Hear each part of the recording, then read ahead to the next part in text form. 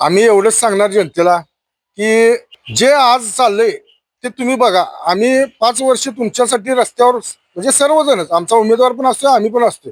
तुमचं साधं साधं तुमच्या मुलांचं ऍडमिशन असू दे, रस्त्याचं काम असू दे, लाईट पाणी कोणताही विषय असू दे, जनतेच्या म्हणजे जिव्हाळ्याचे प्रश्न घेऊन आम्ही रस्त्यावर असतो आणि आम्ही ते पूर्ण करून देण्यासाठी कायमपणे झटत असतो. आणि जनतेनं ह्यावेळेस मशाल या चिन्हाला का पसंती द्यावी?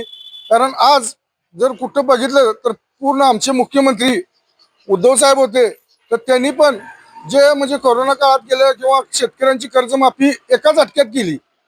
असं की आता देतो नंतर देतो मागणं देतो आम्ही निवडणुकीचा विषय आहे असे कुठेही म्हणले नाहीत. एका झटक्यात कर्जमाफी केली.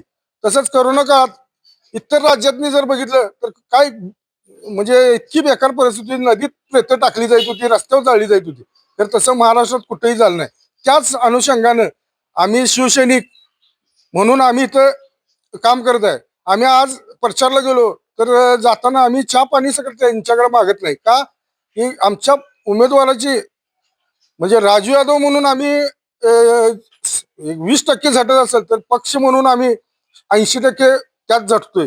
म्हणजे एकूण 100% आम्ही त्यांच्या मागे 100% आम्ही आहे आणि जनता पण त्यांच्या मागे राहणार हा आम्हाला आत्मविश्वास आहे.